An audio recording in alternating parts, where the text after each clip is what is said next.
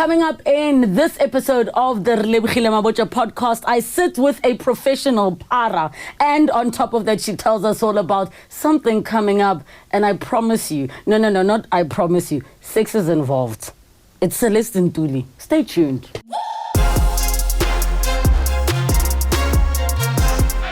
Hey everybody, welcome to another episode of the Relebogile Mabotja Podcast. We chat to interesting people about interesting things. Comment down below who you would like to see me chat to on the show. Subscribe and hit the notification bell so that you can be the first to know when a new episode drops.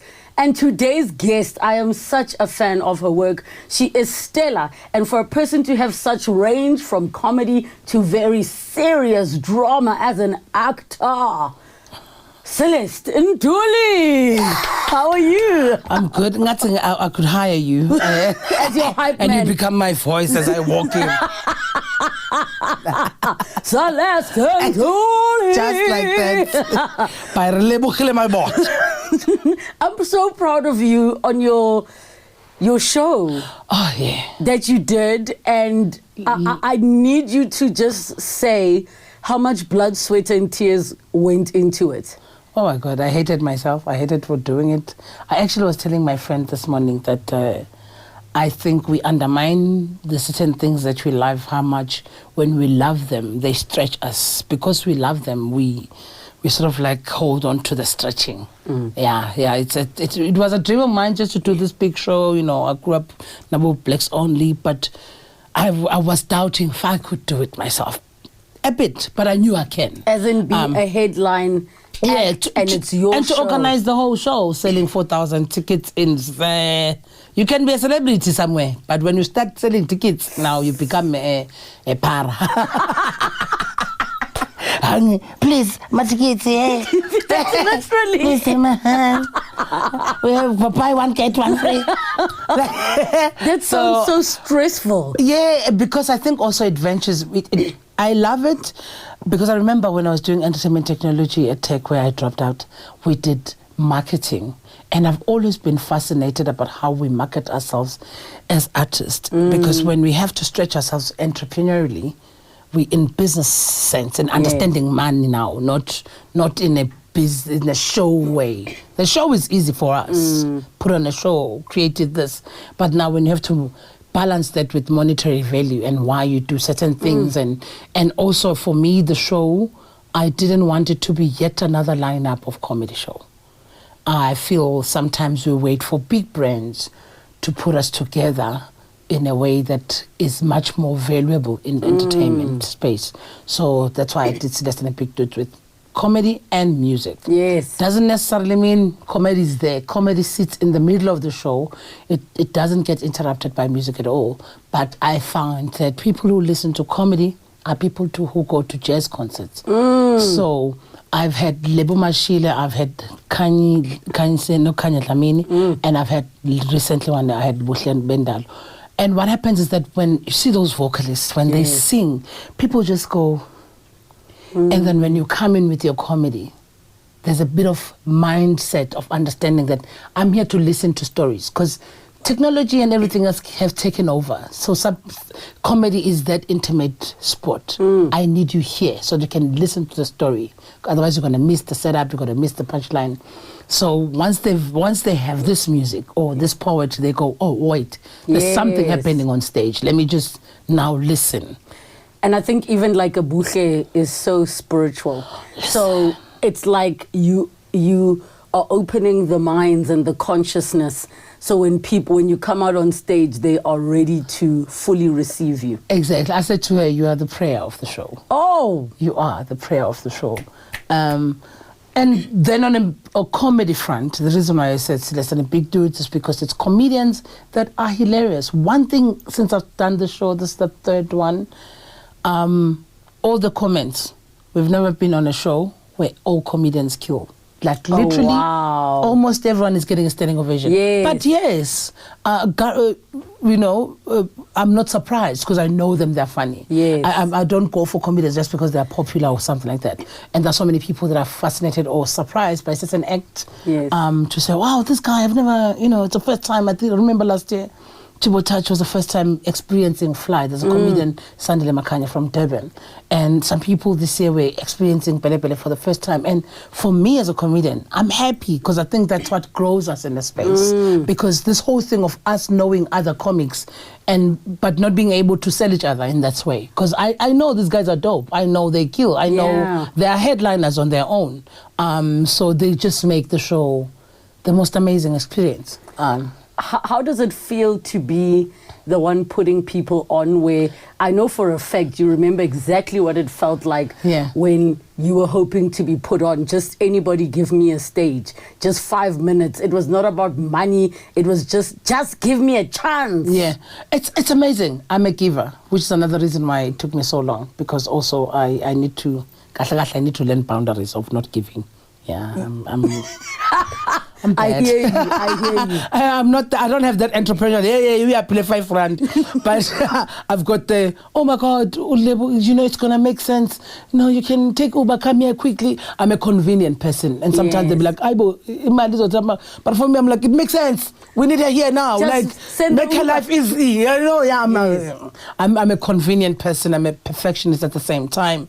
Like small things like Backstage with food, and I'm so finicky about that. They will tell you, all comics are making a joke about when you go to Celeste's show, Backstage is a party. It's like mama's house. As it should be. Oh, as it should be. And I've worked on the entertainment space for a long time to understand, more especially when you're going to do a live show, you're going to be waking up at what time?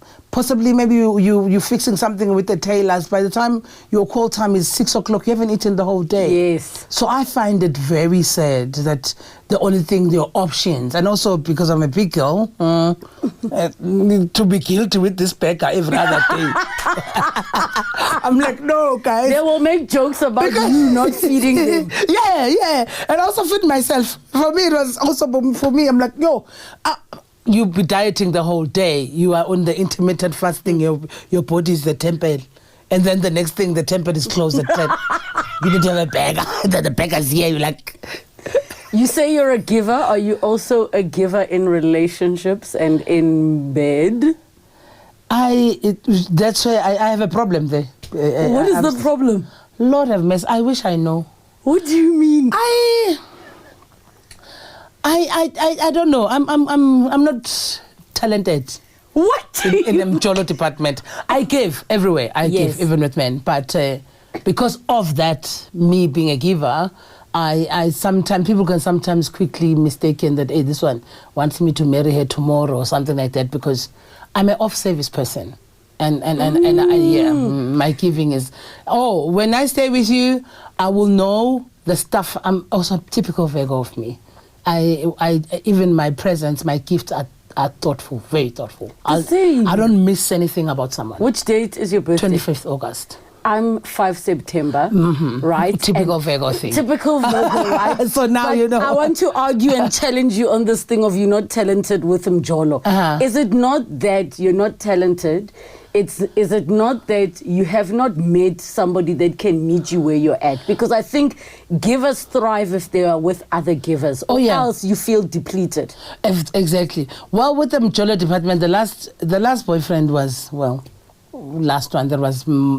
we connected. Yes. And I think because I am the way I am, the what is subscribed, you know, all the things that people say on social media. If you subscribe me according to social media, I'm a failure to relationships. What do you mean if you subscribe? The way how they describe what you should be looking like, how you should be so that you can attract the man. In your feminine energy. In your feminine, in your receiving energy. I can't be in a receiving energy with a man that says Sazobon. What do you mean it's Sazobon? There's a problem here. Me, I'm a mover. I move. So I really could not be that patient with someone. People say certain stories that I know I could not survive with.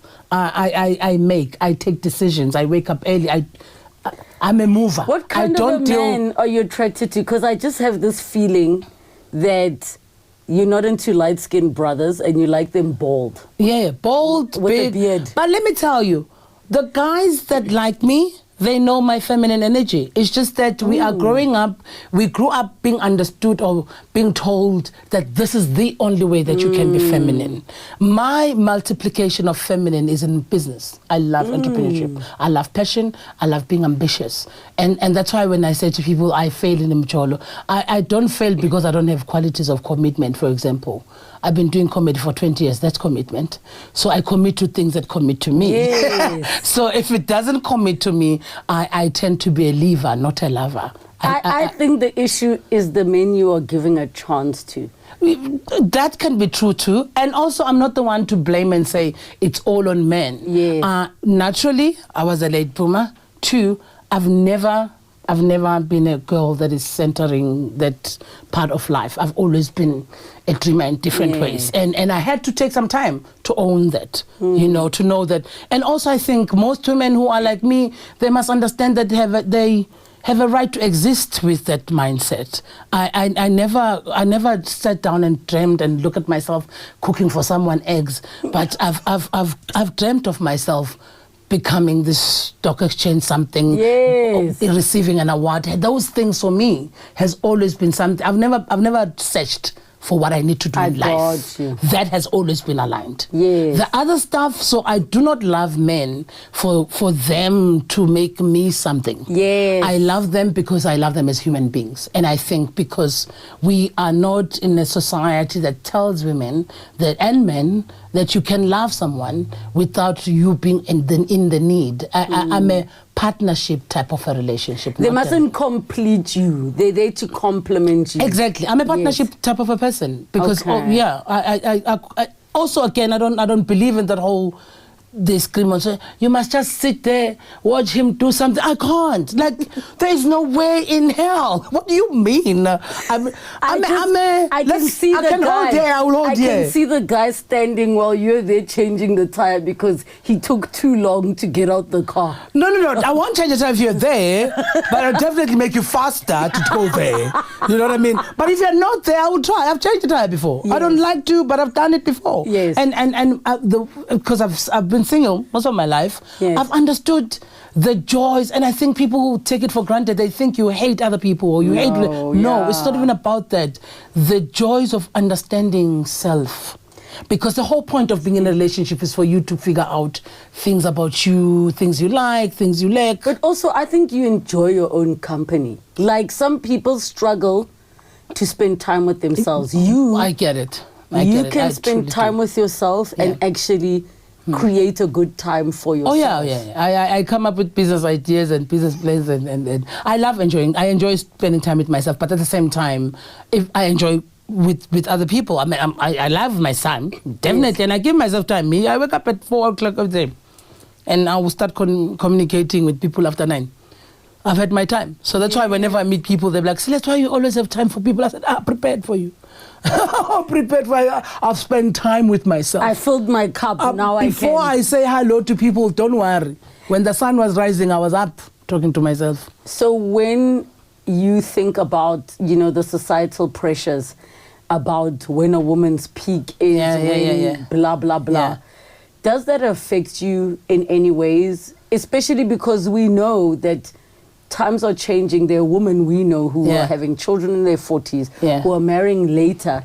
But there is this clock that gets put on women that is obviously an impossible, ridiculous standard that doesn't make sense because all it relates to is, the fertility aspect and not us in our entirety. But do you ever feel that feeling? I've had friends who share with me like, oh my gosh, I'm feeling that pressure of I'm going to people's weddings, get the baby shower. When is it my turn?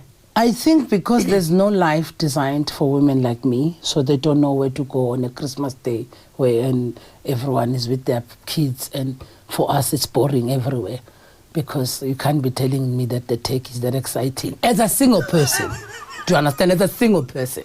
The turkey is that exciting. As a single person, you can join your family, it's fine. But I am comforted with an idea that I'm one of the first women to experience this.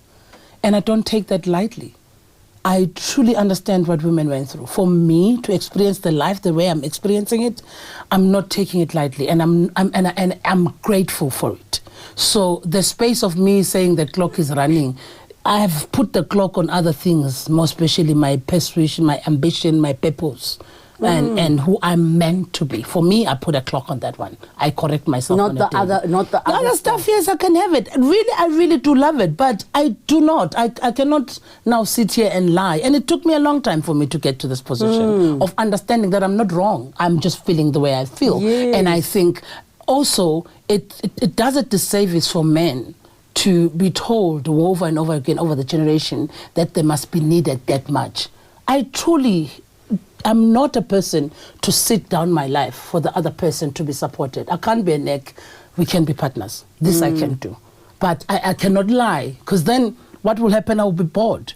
And some people get bored because they have to be married. For me, if then that is not my criteria, it's fine. But I know for a fact that there will be a partner out there. The clock for me is not a problem, because there's a lot. And also, if I was not blessed, possibly I was going to be thinking otherwise. Oh, like if your career was not as fulfilling and as growing, it might then have been a problem, because you might have felt like, what do I have going for me? And for me, my career is not even my career, it's my purpose. Like this thing fulfills me in ways that I could never explain.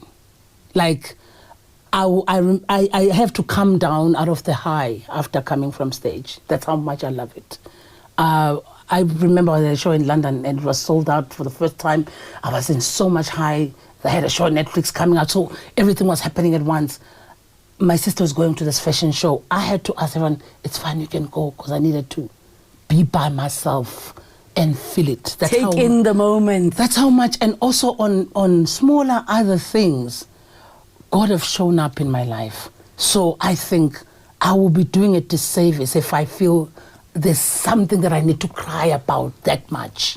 If it happens, it's great. Yeah. But I'm never going to put myself in a position to feel there's a clock running or there's nothing happening. As I've gotten older, I have women who I've been introduced to by my moms and aunts who never got married, never had children. And as I've gotten older, the newfound, I just remember thinking, I wonder if they're lonely, right? But I have such a different perspective on the newfound respect I have, because it's not like they didn't have the option to settle for the sake of. You know what I mean? Yeah. Like they were owning it, and I really wish that more and more women, not in any way to say we are discouraging nuclear families or anything like that, but to choose happiness, whatever that picture looks like. Because when the right man does come along, the picture will change to what it needs to be. And when the right timing happens, and let me tell you, with me not have experienced that much of serious relationship, I've experienced less of fake relationship. Whoever likes me for who I am. I've never had a situation where I have to beg for the attention or no. Whoever likes me, and I'm always dating guys who really pursued me, because I'm not for everyone. And I don't want to be for everyone. And I think also that's another thing. Why do you want to be for everyone? The people that you think have to want you, you truly have no business for them to want you in the things that you want to do in life. Did you become like this because you were one of 8 kids and you were in a position... And number 6, yes. Number 6, yeah. And in that type of environment, the word I'm looking for is not dog eat dog, but it's there's limited love to spread around, but also dog eat dog, you know. Oh my God, that's so true though. Listen, like a dog you eat said dog. it right. Like, so now because you grew up in this dog eat dog, I mean, or number 6, you know, like I've seen people where the firstborn, you're panicked about sterilized water. Yeah. Maybe the secondborn, it's not that bad. The thirdborn, throw your own party. Throw your own party. By the time you get to 6, Shem, your parents are tired. So now you're like, I feel like you got so equipped possibly in that environment to be like, I'm going to figure out how to be me in this world. I'm going to, figure out how to be on my own. You're not like waiting for all this love and attention from these two parents where you can see. Is that possibly the reason? It is. You've spot on. Because also my sister became my mother. It's in so many ways than one. And to all of us, older sister, till today, she was at my show last for the first time because she just moved back to the country. And she prayed for me. And she's a yogist, alignment. So she did such a nice alignment prayer. So I trust her. I go for things for her. I ask her things, I look at how she does things, how she becomes. And also I'm lucky enough to be coming from a very matriarchal family. Yes. My grandmother had 11 kids, 1 boy. All they were female. So I grew up seeing aunts who were ambitious. It's not new to me. That in life you must go and get things done and build and. So, and I love it. And I think, yes, it comes from that I was from a family of 6 and you have to find your way in between here. So I found my way in between there. And also I was the only one this size. So I knew somehow, somewhere I'm different.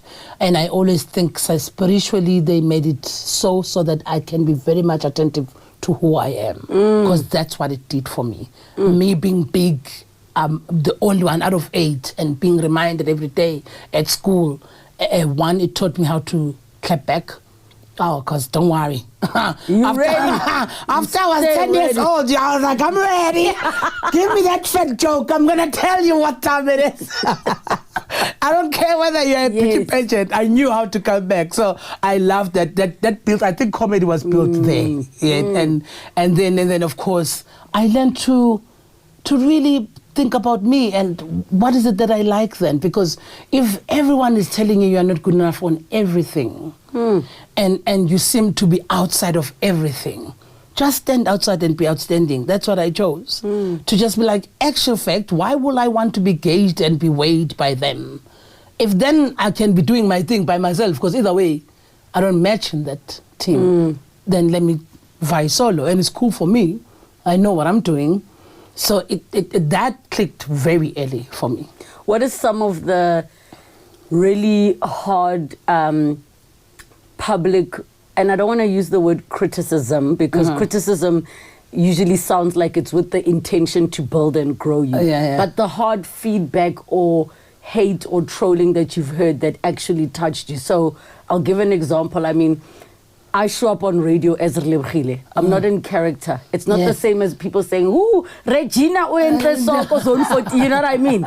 So when a person, maybe I can differentiate when they are mad about an opinion I have, but then sometimes a person says something that's like, you're talking about me, like me as Moto. Yeah, that's not my opinion. I get touched because I'm like, but that's me as a person. Do you ever find yourself in scenarios where people say, like if a person says to a comedian, you're not funny, is that insulting to you, or do you feel like I'm not for everyone? Or are there things that a person can say that genuinely are like, yo, that one kind of hurt, damn? I think the not funny one won't work with me. I've been proven time and time again that I'm funny. So if you say to me I'm not funny, you're saying nothing. Yes. I've never died on stage, ever. It's 20 years of doing comedy. I don't die on stage. Yes. You know, so I know this. And comedy, you can wear yourself now. Did they laugh? That's the whole point.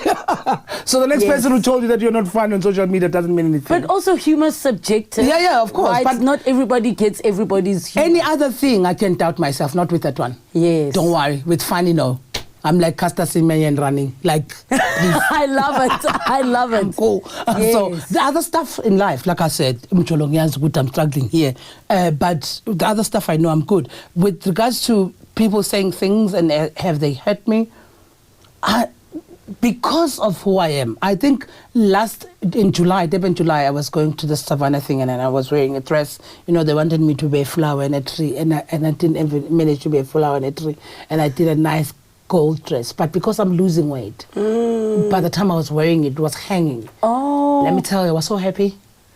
But they proud of yourself. But they trolled me on social media. I was like, this troll can't even come in. The way I'm happy that this dress is loose. You don't understand. So I think that is as far, and I'm capable of turning things that are negative into something. And like I said, I give myself grace to say, these people don't know me. These people don't, and I think that's what we do to ourselves as well. You know how many positive things that I've written with these 3 trolls that you read and you took to heart? No. It's what we do to ourselves. Yes. And I think sometimes as artists, we need to give ourselves grace in saying, this is not for me, erase.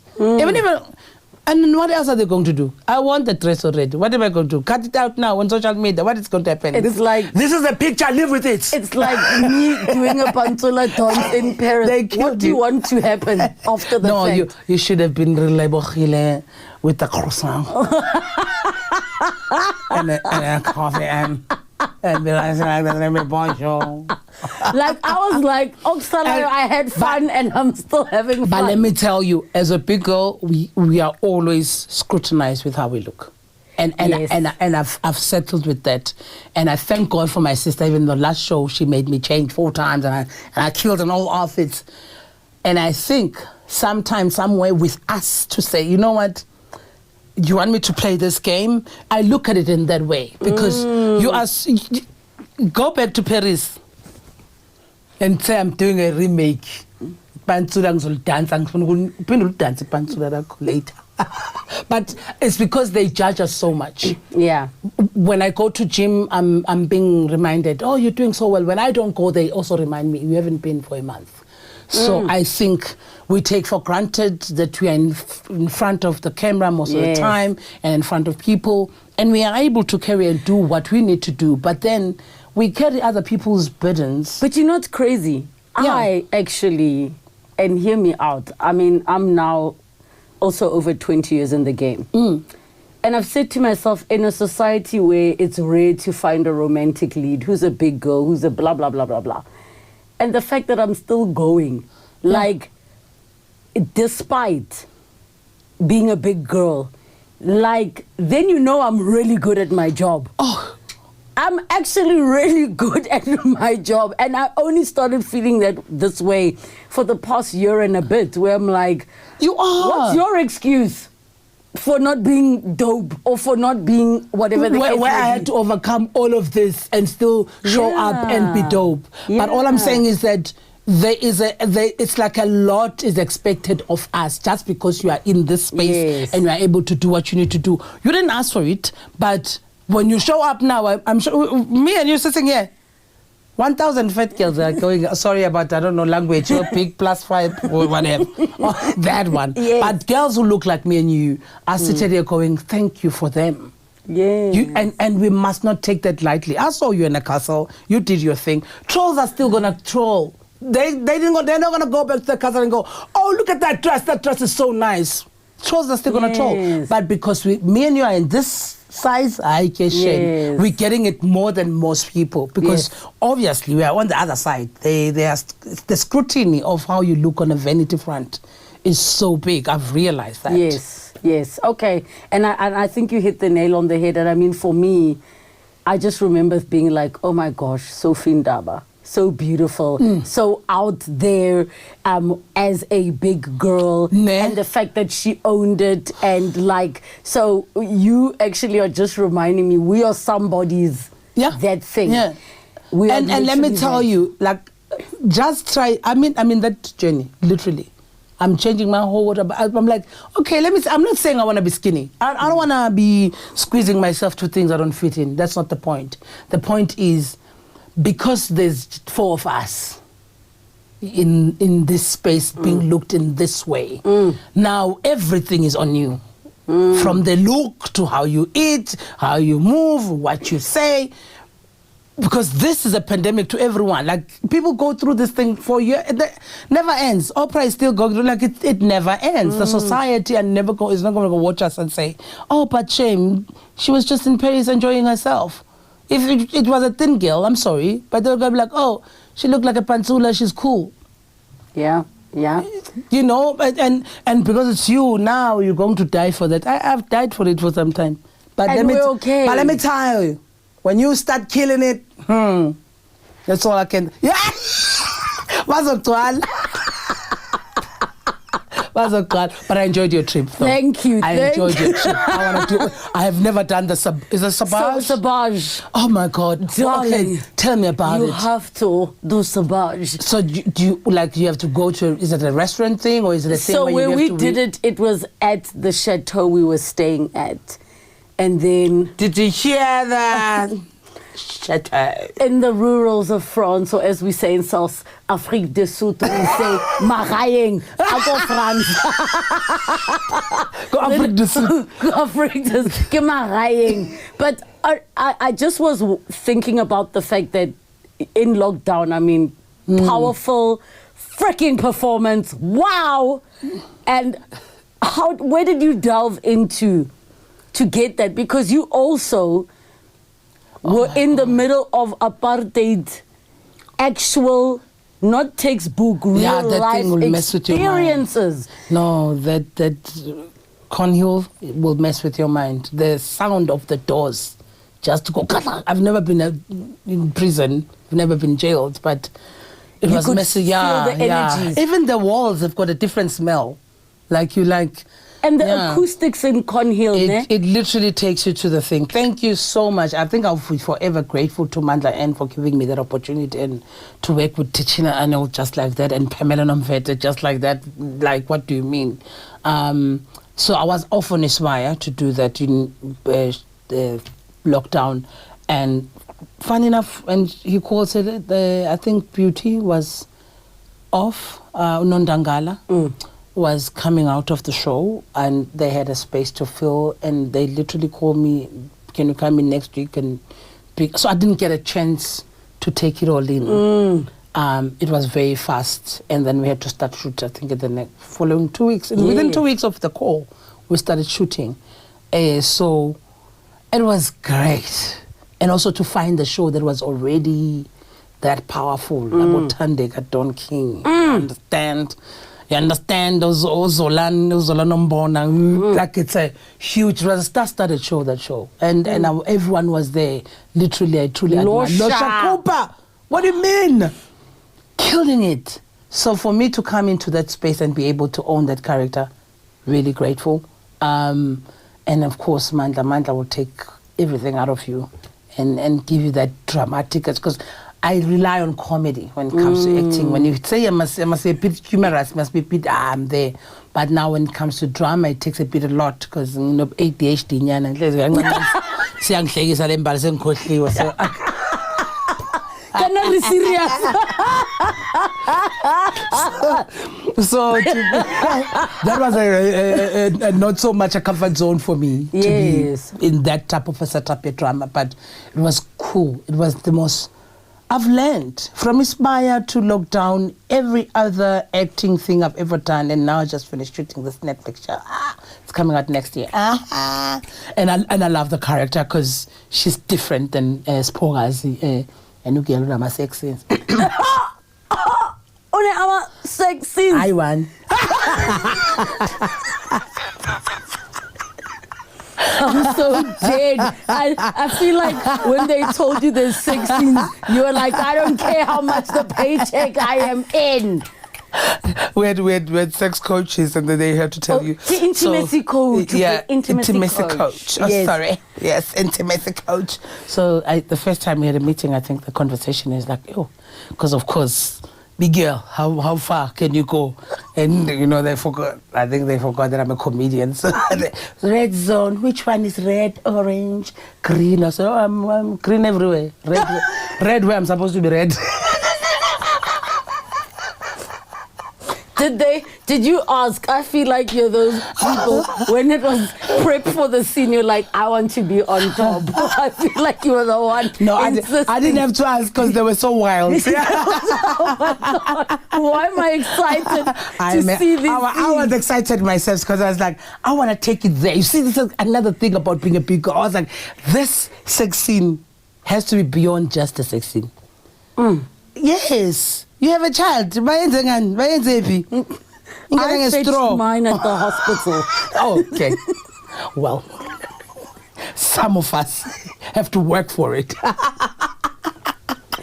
I'm so dead because also we know that you know, in terms of commercial spaces, they don't depict sex scenes of big girls. I mean, I recall when I was acting alongside, you know, Christopher, who, you know, the late Christopher, who played the character of Bazooka on Zone 14. Oh, yeah.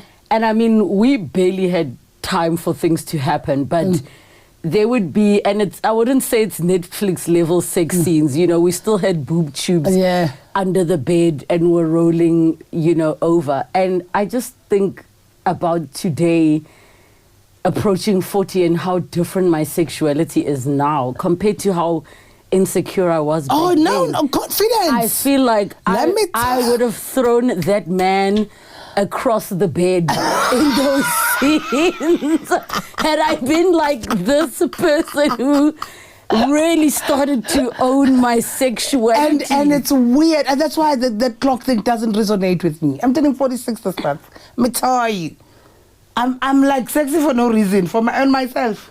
Like you feel yourself, like you know this. Your body is fully yours. Because we spend a lot of time, our bodies are our parents' bodies. Yes. They are your boyfriend bodies. They are your kids. They are your whoever's bodies. It's never yours fully. In 40s, there's nothing cultural you can tell me now. What do you mean? There's nothing at all. And it's almost like, I don't want to say nothing is off limits, but do you not feel so liberated that you don't have the horse blinkers? Like, there's no such thing as, oh, that's for white people. Like, no. There's no such thing. What do you mean? Sex is sex. Are you into those things? Chains and whips? Well, not the painful stuff. I don't believe in that painful sex. I got wax and sorrow. So we can play maybe blindfold or something like that, you know, but it has to be minimal. I don't do the whole wild 50 Shades of Grey. Why not? It's pain, bro. I'm not a pain person. I don't understand that concept. Just a thought. But pain and pleasure nerve endings. This all. I'm just saying. I'm not promoting. I know. I read somewhere. Okay, blindfolds here, but the whole. I know, guys. Let's not beat each other. Let's stop about the waxing and the beating and the HU. I don't like not the HU part. I don't like the HU part. But I'm all for when we're having sex, to truly be in the moment and read. It's about sharing other person's body and you share yours. And I think sometimes most of the limitations are either religious or political. They are never really personal.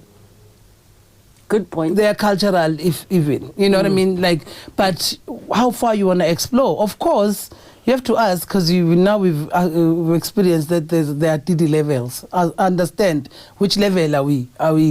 Because this whole wild thing, it's weird because there's no boundaries there. What are the boundaries? No, there are none. That's a problem. I have a problem with that one. The moment coercion is in the picture, you've crossed boundaries. The moment you have to talk a person into something they told you and showed you with body language they don't want to do, you've crossed boundaries. So it doesn't even matter whether it's about baby oil or some other man in the picture. The fact that you ask somebody to do something that you know very well they don't want to do, for me, boundaries have been crossed. I guess I'm saying when it comes to saying I love wild sex, yes, what are the boundaries there? Because that wild sex can stretch, can start with a feather right away to the shambok and the hand and the shovel. Maybe, I don't know.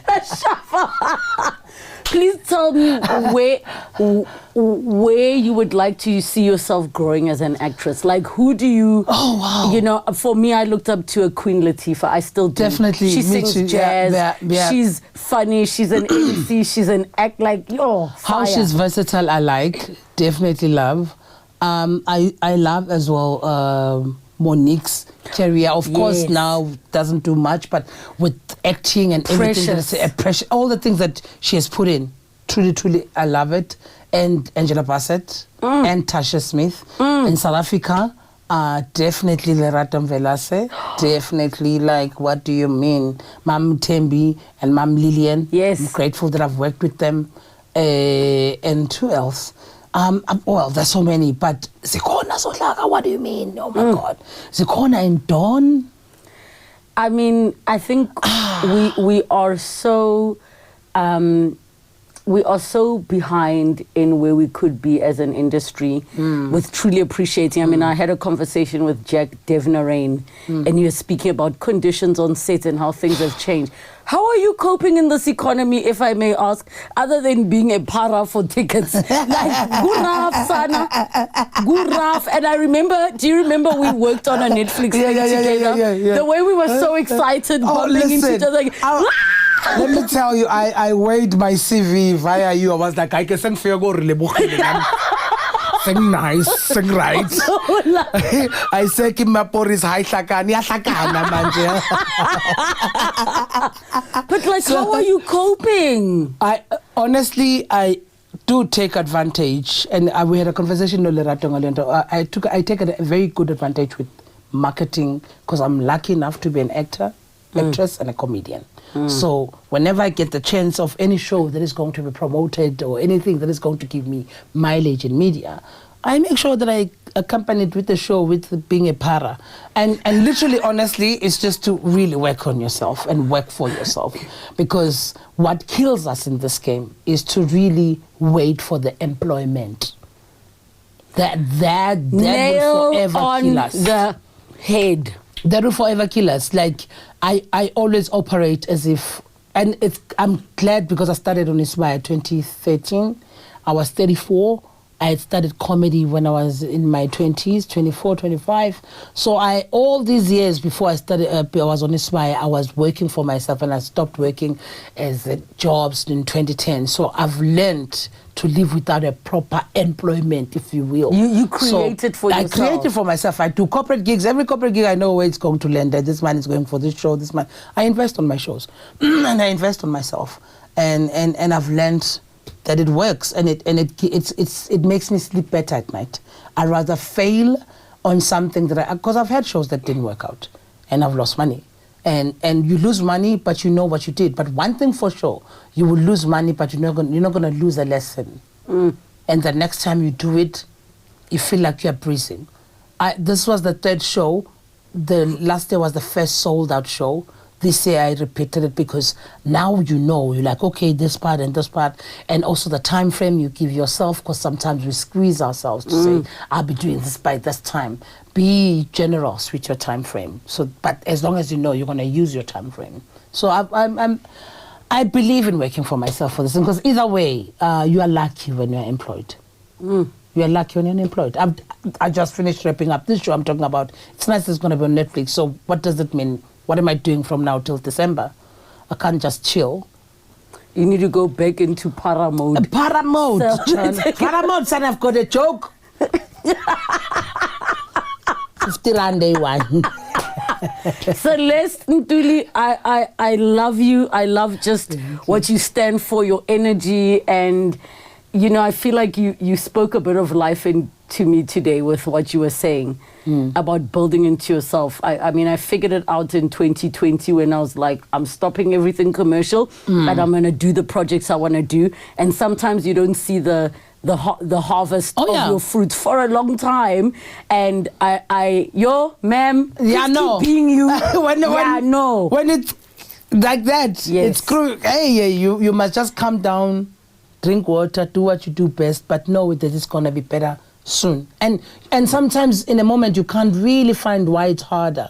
But when you sit down with yourself, you sort of I've picked up that you pick up the lesson. Like, okay, why did it fail now? What did I do wrong? Oh, what did I miss? And then it becomes better. And I've figured that out, that the universe will really bring that money back to you somehow, some way. Nah. Now, once you've lost it, you get it. You're like, oh, something just comes to cover that cost. And you're covered. And you're covered, but you've learned.